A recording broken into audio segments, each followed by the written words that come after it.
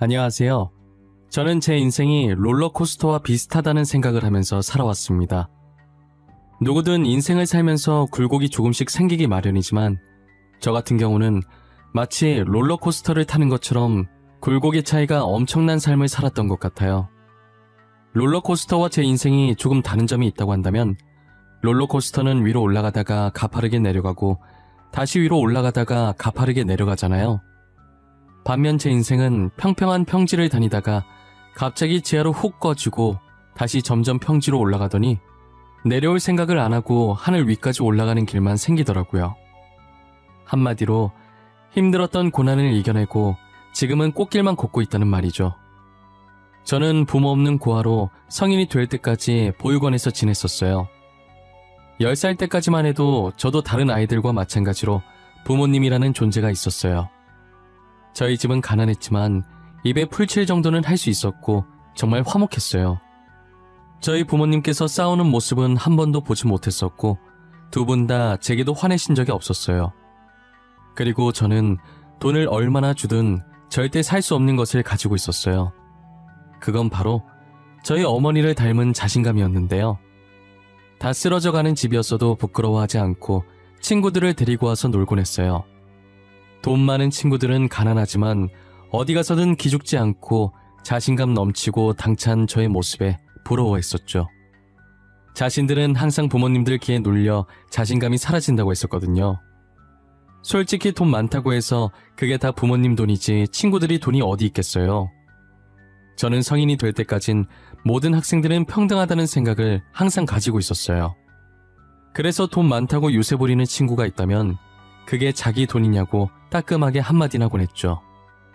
야, 너한테서 이상한 냄새가 나. 나한테 가까이 오지 마. 너 때문에 가난 옮으면 어떻게 할 거야? 저리 가란 말이야. 너는 입에서 더러운 냄새나. 그렇게 돈이 많으면 제발 그 돈으로 네 입냄새나 좀 없애. 저렇게 고약한 냄새가 나는데 누가 너랑 말을 섞고 싶어 하겠니? 뭐? 너 말 다 했어?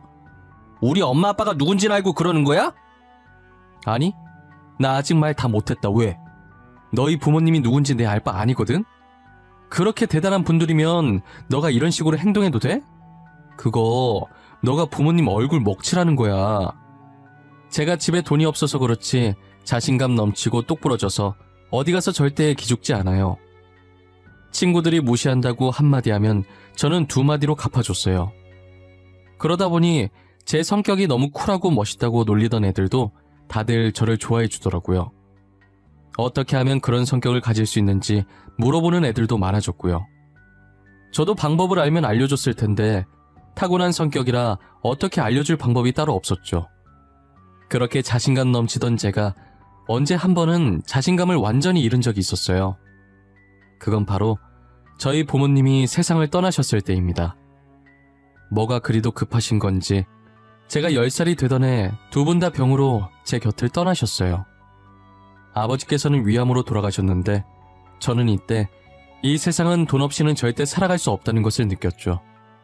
아버지를 살리려면 병원에 가서 수술을 받아야 하는데 아무래도 저희 형편이 많이 안 좋았고 당장 수술할 돈이 없어서 병을 고칠 시도도 못 해보고 그렇게 아버지를 허망하게 보내고 말았어요. 저처럼 어떤 순간에도 늘 씩씩하시던 어머니께서는 아버지를 보낸 슬픔에 처참히 무너지셨죠.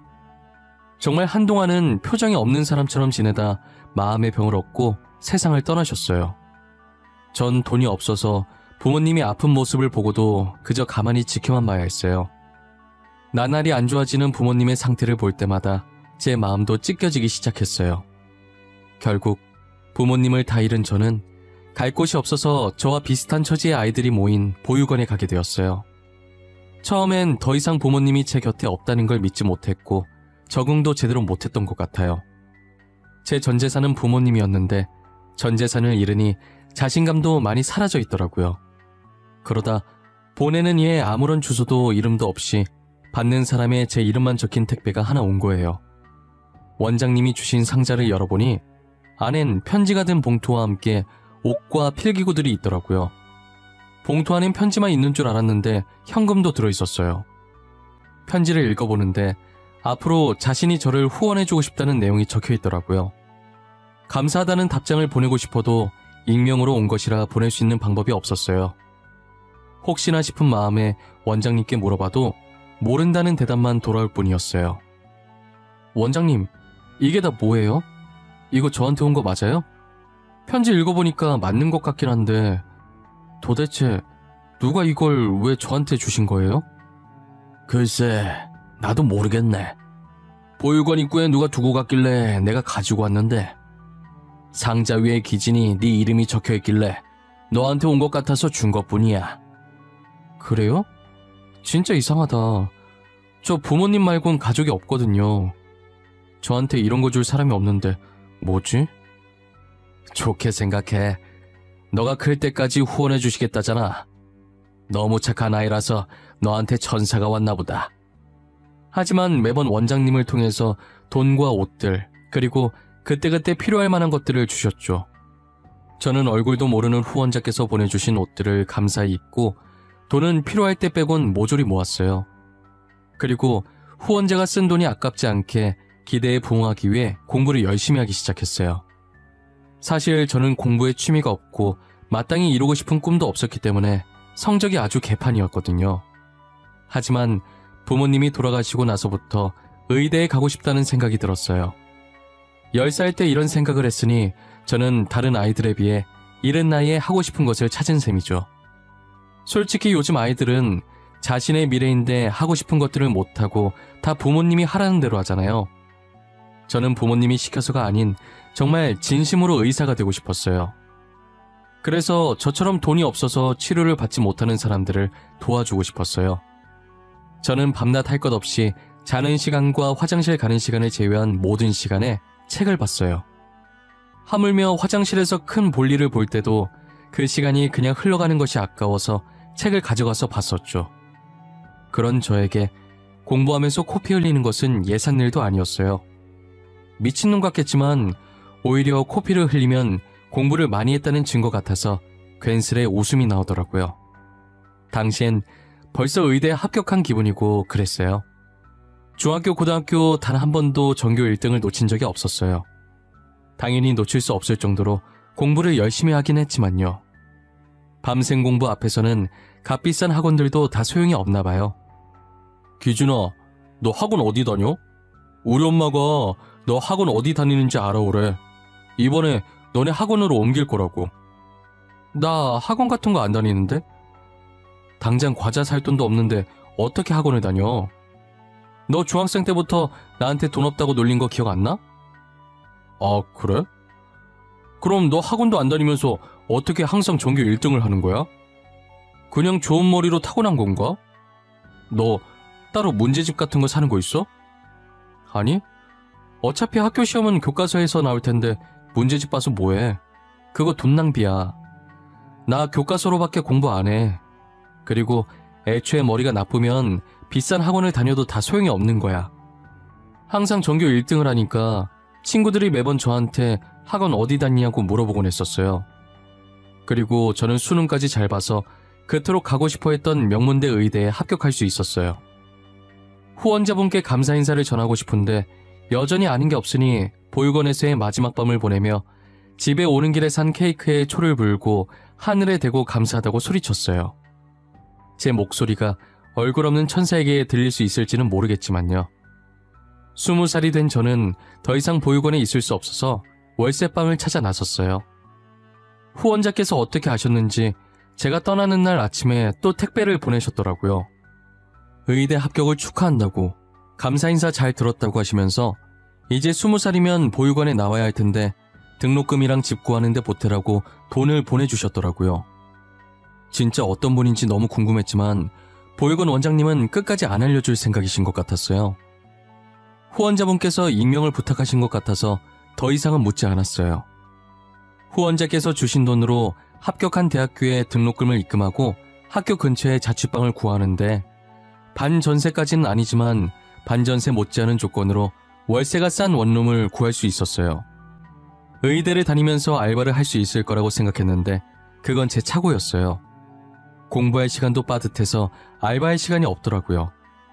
그리고 저는 성인이 돼서 후원이 끊길 줄 알았는데 대학 졸업할 때까지 제 자취방에 택배가 오더라고요. 저는 꽈탑이라 등록금 전액 면제라 필요 없는데 그래도 학기마다 꼭 보내주시더라고요. 등록금에 매달 월세 그리고 늘 그렇듯 편지가 함께 들어있었어요. 늘 멀리서 지켜보고 있다고, 항상 제 곁에 후원자가 응원하고 있다는 걸 잊지 말라고요. 저는 힘들 때마다 그 편지를 보고 젖먹던 힘까지 다 짜냈던 것 같아요. 제게 있어서 그 편지는 부모님이자 든든한 버팀목 같았어요. 그러다 학교에서 만난 동기 한 명이 있었는데 이상하게 그 동기한테 끌리더라고요. 수수하고 화장기 없는 얼굴에 볼터치한 듯 홍조가 더해져서 그 아이와 정말 잘 어울렸어요. 저는 다 아는 문제인데 모르는 문제라며 괜히 그 아이에게 다가가서 물어보고 그랬어요. 제가 물어볼 때마다 그 아이는 별말 없이 친절하게 다 알려주더라고요. 그러다 너무 물어보니까 장난으로 그 머리로 어떻게 의대를 왔냐고 하면서요. 장난치면서 웃는데 그 아이 주변이 슬로우 모션으로 보이면서 제 머리에 종이 울리는 느낌이었어요. 첫사랑이라는 감정이 이런 느낌이라는 걸 그때 처음 알게 됐죠. 그 아이 덕분에 공부밖에 모르던 제가 처음으로 사랑이라는 감정을 느끼게 됐어요. 그 뒤로 제 눈은 그 아이를 쫓기 바빴어요. 제 마음을 알아챈 동기는 제 어깨를 툭 치고 의미심장하게 웃더라고요. 지효 뒤통수 뚫리겠다. 그만 좀 쳐다봐. 그냥 좋아한다고 고백을 하지 그러냐? 됐다. 밥이나 먹으러 가자. 이번 공강 완전 널널해. 야, 아니거든? 근데 그렇게 티가 많이 나? 다른 애들도 알아? 아, 그럼 되게 쪽팔릴 것 같은데. 다른 애들은 모르겠네. 근데 나 눈치 없는 거 알지? 내가 알 정도면 전교생 다 알 것 같은데? 그리고 누가 모르겠냐? 너 책은 안 쳐다보고 지우만 쳐다보더라. 그냥 고백을 하라니까. 괜히 고백했다가 차이고 사이만 멀어지면 어떡하냐? 나는 사이 멀어지는 거 싫어. 차라리 지금처럼 멀리서 쳐다만 보는 게 나아. 아이고 등신. 그러다가 딴 놈한테 뺏겨서 후회하지 말고 얼른 고백해. 지유 인기 많은 거 알지? 안 꾸미고 다니는데도 미모에 빛이 나잖아. 누가 가만히 두겠냐? 어제도 누가 지유한테 고백했다던데? 처음엔 고백할 생각이 전혀 없었는데 누군가가 그 아이에게 고백했다는 말을 들으니 정말 뺏길까봐 그때부터 마음이 조급해지더라고요. 동기와 밥을 먹으면서 이런저런 말을 주고받다가 고백을 해보기로 마음을 굳혔어요. 누군가에게 고백을 해본 적이 없는지라 어떻게 고백을 해야 할지 모르겠더라고요. 친구는 일부러 거창하게 준비하지 말고 아무 생각 없이 마음 가는 대로 솔직하게 고백을 하라더라고요. 어줍지 않게 준비한 것보단 담백하게 있는 그대로의 솔직한 마음을 전하는 게 더 잘 먹힌다면서요. 저는 쉬는 시간에 수업 마치고 잠시만 시간 좀 내달라고 그 아이에게 말했어요. 그 아이는 해사하게 웃으면서 또 모르는 문제 있냐고 물어보는 거예요. 전 그 아이의 대답에 할 말이 있다고 해야 하는데 바보같이 그렇다고 해버린 거죠. 제 대답에 그럴 줄 알았다는 듯이 픽 웃으면서 알겠다고 하더라고요. 그리고 그날따라 시간이 왜 이렇게 빨리 가는지 결전의 시간이 순식간에 다가왔어요. 너 나한테 문제 물어보려는 거 아니지? 할 말이 있어서 시간 내달라고 한 거지? 아무래도 내 말이 맞는 것 같은데. 아니야? 어떻게 알았어? 티 났어? 내가 이리저리 티를 많이 내고 다니는 편인가 봐. 말을 안 해도 다들 알고 있네? 평소답지 않게 어색하게 말하는데 어떻게 몰라. 아까도 시간 내달라고 하는데 되게 어색했어. 너 어디 가서 거짓말은 못하겠다. 이렇게 다 티가 나서. 그래서 나한테 할 말이 뭔데? 뭐라고 얘기해야 할지 모르겠는데 내가 갑자기 이런 말 하는 거 당황스러울 수도 있어. 그니까 내가 하고 싶은 말이 있잖아. 뭐 너가 나 좋아한다고? 아님 좋아하니까 사귀어달라고? 설마 결혼하자는 말은 아니지? 사귀는 건 좋은데 아직 결혼은 부담스럽다 야. 너 어떻게 알았어? 설마 강지우가 너한테 말했어? 이 자식을 그냥... 무슨 소리야? 걔가 누군데? 아니, 자기가 티 다 내놓고. 그렇게 티를 내는데 어떻게 몰라. 너 꽈탑이잖아. 모르는 문제가 있을 리가 없을 텐데 괜히 나한테 계속 물어보는 거면 말 다 했지 뭐. 알고 보니 저만 빼고 제 짝사랑을 다 알고 있더라고요. 제가 하도 티를 내고 다녀서 저처럼 혹시나 그 아이를 제게 뺏길까봐 다른 애들이 줄줄이 고백했다가 대차게 차였다고 하더라고요. 저는 왜 받아주는 거냐고 물으니 다른 애들은 검은 속내가 빤히 보였는데 저는 너무 순수해 보였대요. 자신에게 다가가는 방식도 다른 애들처럼 막 다가오지 않고 어린아이 마냥 모르는 문제 있다는 핑계로 매번 수줍게 그러고 있으니 순박한 매력에 자연스럽게 마음을 열게 됐대요.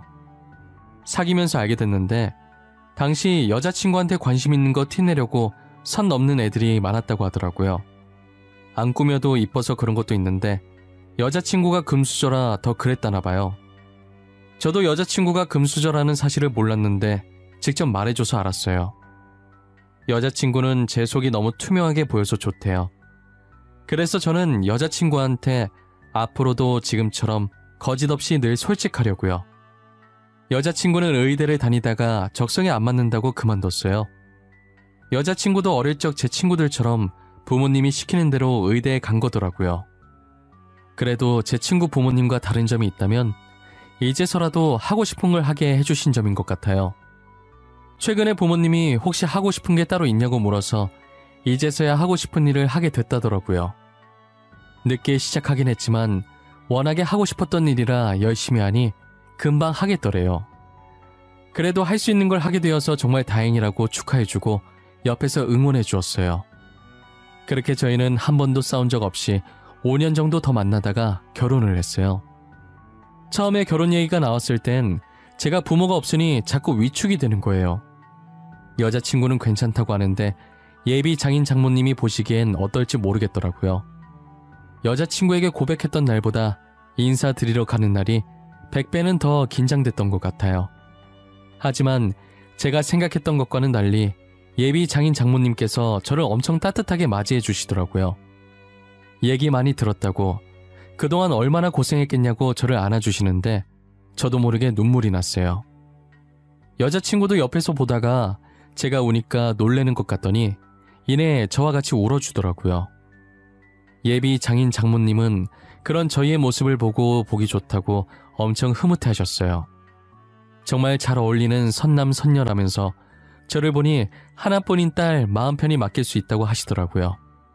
저는 많이 부족하지만 믿고 결혼 허락해 주셔서 감사하다고 큰절을 올렸어요. 여자친구도 옆에서 저라고 예비 장인 장모님은 아니라면서 맞절을 해주시더라고요. 이렇게 따뜻한 분들 덕분에 처음으로 인사드리러 가는 자리이자 상견례나 마찬가지인 자리는 처음부터 끝까지 화기애애하게 잘 마칠 수 있었어요. 저는 후원자분께 편지 한 통을 남기고 싶어서 제가 살았던 보육원에 다시 찾아갔어요. 원장님께 의사가 됐다는 소식을 전해드렸고 곧 결혼까지 한다고 말씀드렸어요. 원장님은 그게 정말이냐면서 축하한다고 저를 얼싸안으시면서 기뻐하셨어요. 그리고 제가 부탁이 하나 있다고 하자 대충 눈치를 채신 것 같더라고요. 후원자분께 감사했다고 편지 한 장 쓰고 싶은데 전해줄 수 있으시냐고 물었죠. 원장님께서는 이제껏 모른다고 했던 대답과는 달리 온화하게 웃으시면서 그렇게 하겠다고 하시더라고요. 저는 이렇게 제가 의사가 될 수 있었던 것도, 그리고 결혼을 할 수 있었던 것도 다 후원자님 덕분이라고, 정말 감사하다고, 그리고 올 수 있으면 잠깐이라도 식장에 오시라는 편지를 남겼어요. 그걸 청첩장과 함께 원장님께 전달해드렸죠. 원장님은 잘 전달해주겠다고 결혼 진심으로 축하한다고 말씀해 주셨어요. 제 편지가 꼭 후원자분께 무사히 잘 전달됐으면 하는 마음으로 보육원을 떠났어요. 드디어 결혼날이 왔고 혹시나 후원자분께서 오시지 않으셨을까 싶어서 자꾸 두리번거리게 되더라고요. 저는 후원자분을 보지 못했고 시간이 다 되어가서 신랑 입장을 하기 위해 대기실로 발걸음을 옮겼어요. 제가 고아원에 처음 갔을 땐 의사가 될 것이라고는 감히 엄두도 못 냈고 이렇게 좋은 아내와 처가 식구들을 맞이하게 될 것이라는 상상도 못했어요. 입장 전까지 이게 꿈은 아닌지 허벅지를 몇 번이나 꼬집어 봤는지 몰라요. 아픈 느낌이 선명하게 나는 게 확실히 꿈은 아니더라고요. 저는 무수한 사람들의 힘찬 박수와 함성을 받으며 입장을 하기 시작했습니다. 양쪽 귀빈들께 인사를 하면서 빠르게 눈을 돌려보았지만 후원자분은 안 계신 것 같았어요. 혹시나 편지가 전달되지 않은 것인지 무슨 일이 생기신 건지 오만 가지 생각이 다 들더라고요. 그래도 한 번뿐인 결혼식이니 망칠 수가 없어서 아무렇지 않게 신경 쓰이지 않는 척했었어요. 결혼식을 끝마칠 때쯤 양가 부모님께 인사하는 시간이 있었는데 비어 있어야 할 제 부모님석에 장모님이 앉아 계시더라고요. 저는 순간 당황하긴 했는데 부모님석에 아무도 안 계시면 제가 뻘쭘해할까봐 장모님께서 저를 배려해서 저희 부모님 대신 앉아 계신 줄 알았어요. 인사를 하는데 눈물이 살짝 맺히려고 할 때 장모님께서 저를 안아주시는 거예요. 그동안 고생 많았어. 부모님 안 계시다고 엇나가지 않고 잘 자라줘서 고맙다. 늘 뒤에서 응원하고 있었어. 처음으로 보내준 편지도 잘 받았고 기진이 네가 내 사위라서 참 다행이야. 편지요? 제가 장모님한테 편지를 썼었나? 설마 정말 장모님이 제 후원자셨어요? 일단 시 끝내놓고 마저 이야기하자. 내가 다 이야기해줄게. 이제야 내가 마음이 놓이네. 앞으로 우리 못난 딸 잘 부탁한다. 알고 보니 뒤에서 저를 응원해주시고 후원을 아끼지 않았던 얼굴 없는 천사가 제 장모님이셨어요. 장모님께서는 저희 어머니께 살아계실 때 세상에 둘도 없는 절친한 친구 사이였던 거예요. 장모님 집안이 원래도 엄청 부유한 집안이었는데 늘 자기 잘난 맛에 사는 가족들 때문에 언제나 자신감이 없었고 항상 기죽은 상태로 계셨다고 하시더라고요. 그러다 동네 계곡에서 저희 어머니를 알게 됐는데 딱 봐도 가난해 보이는 저희 어머니가 기죽지 않고 누구보다 당차게 할 말 다하고 사는 모습을 보면서 자신의 롤모델로 삼으셨다는 거예요. 보통 잘난 척하는 가족들에게 둘러싸이면 보고 배운 것이 그것밖에 없어서 집에서는 기가 죽어도 밖에 나와서는 어른들이 하는 행동 그대로 하잖아요. 저희 장모님도 어린 마음에 저희 어머니한테 가난하다고 한 소리 한 모양이었어요. 너네 집에 물 안 나와서 씻으러 여기 온 거야? 너한테 냄새나. 가난한 냄새. 그건 씻어도 절대 안 지워지는 냄새인데. 너 진짜 말 못되게 하는 재주 있구나? 나 씻으러 온 거 아니고 너처럼 그냥 놀러 온 거야. 그리고 나는 가난하긴 해도 행복해. 근데 넌 부잣집 딸 같은데 왜 그렇게 슬퍼 보여? 내가 슬퍼 보인다고? 아닌데? 나 행복하거든? 나 무지무지 행복해. 너는 가난한데 어떻게 행복해? 돈 없으면 불행한 거 아니야? 나는 그런 생각하고 있는 너가 더 불행한 것 같아. 행복의 가치는 돈으로 매길 수 없어. 당장 가진 돈은 없어도 지금 내가 행복하다는 생각이 들면 그게 진짜 행복한 거 아니야? 그래도 돈이 있어야 조금 더 행복한 거 아니야? 먹고 싶은 거나 사고 싶은 게 있어도 돈 없으면 못 사잖아. 너는 지금 먹고 싶은 거, 사고 싶은 거 다 살 수 있어? 그것도 다 부모님 돈으로 사는 거잖아. 너가 아무리 사고 싶어도 부모님이 안 주면 그만 아니야? 그럼 너나 나나 똑같은 처지네. 장모님은 그때 저희 어머니 말을 듣고 무언가로 머리를 세게 맞은 느낌이 들었다고 하시더라고요. 그동안 돈만 있으면 행복한 사람인 줄 알았는데 생각해보니 장모님께서는 전혀 행복하지 않았대요. 어차피 부모님 돈이고 장모님은 그저 부모님이 하라는 대로 하는 꼭두가시 같았다고 하시더라고요. 그날 어머니한테 쓴소리 들으시면서 많이 반성하고 배웠다고 하셨어요. 그 뒤로는 어머니 팬이 되어 어머니 뒤만 졸졸 쫓아다녔다고 하더라고요. 계속 인연을 이어가다가 어머니께서 이제 더 이상 살 날이 얼마 안 남았을 때 장모님을 찾아왔었대요. 자기마저 떠나면 저 혼자 남게 된다고, 염치 없지만 혼자 남을 어린 저를 부탁한다고요. 부탁할 사람이 없어서 왔다고 우시는 모습에 장모님도 따라서 많이 우셨다고 하셨어요. 장모님께서도 어머니가 떠나신 후로 저 못지않게 많이 힘들어 하셨던 것 같았어요. 장모님은 어머니의 부탁을 들어주기 위해 제가 보육원에 들어가는 순간부터 원장님께 비밀 지켜달라고 하고 뒤에서 몰래 후원해 주시고 계셨던 거죠. 그리고 저를 사위로 맞이하고 싶어서 아내에게 일부러 의대에 가라고 집착하셨다더라고요. 저와 아내가 대학을 다니면서 자연스럽게 만나게 해주려고 그랬던 것이었어요. 저는 농담 삼아 저희가 운 좋게 만나서 다행이지 각자 다른 짝 생겼으면 어떡할 뻔했냐고 하니까 그런 생각은 안 해봤다고 무서운 말 하지 말라면서 제 어깨를 안 아프게 살짝 치셨어요. 그러시더니 정말 제 말처럼 그런 상황이 왔다면 정말 끔찍할 것 같다고 하시더라고요. 치를 떠시는 장모님을 보고 웃으면서 그래도 이렇게 만나서 다행이라고 앞으로 사위 노릇 잘할 테니 꼭 저희 곁에 오래오래 살아달라고 하면서 살짝 안아드렸어요. 저희 이야기를 듣고 장인어른께서는 흐뭇하게 쳐다보고 계셨고 아내는 눈물을 흘리고 있었어요. 제가 이렇게 의사가 되고 좋은 가족들을 만나게 된 건 다 장모님 덕분이라고 생각했는데 알고 보니 험난 세상 속에서 혼자서 꿋꿋하게 잘 버텨준 어린 아들에게 주는 어머니의 선물이셨던 것 같아요. 저는 그동안 장모님과 어머님께 많은 사랑을 받은 만큼 다른 사람들에게도 베풀기로 마음먹었어요. 결혼한 지 2년쯤 지났을 때 장인 장모님께서 제 개인 병원을 하나 차려주셨었어요. 그래서 평일엔 병원 일을 하고 주말엔 보육원에 가서 봉사 차원에서 무료 치료를 해주었죠. 장인 장모님도 만족해 하시고 아내도 의대 출신이라 저를 따라서 보조해주며 도와주고 있어요. 전국까지는 아니지만 제가 살고 있는 지역의 여러 보육원에 가서 여전히 봉사를 하며 잘 지내고 있어요. 그리고 저희 부모님처럼 생계가 어려워 치료를 못 받는 분들이 계시면 찾아가 봉사를 해드릴 예정이에요.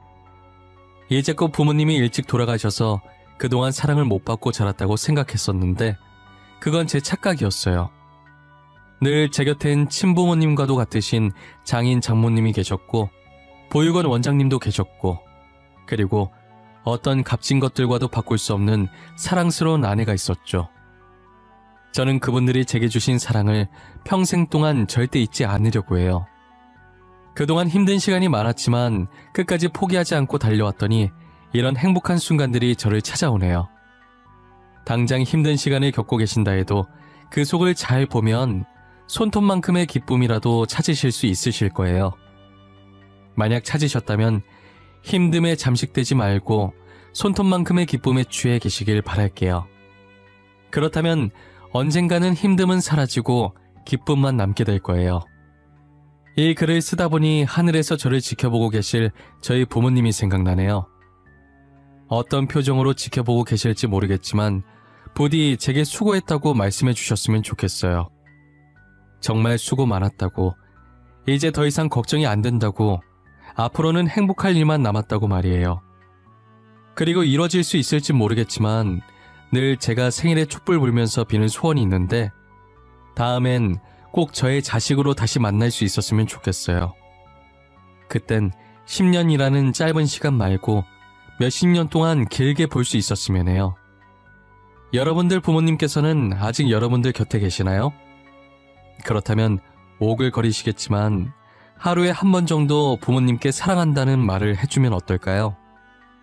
지금 당장은 입에 안 붙고 힘들어도 나중엔 자연스럽게 부모님을 사랑한다고 말할 수 있을 거예요.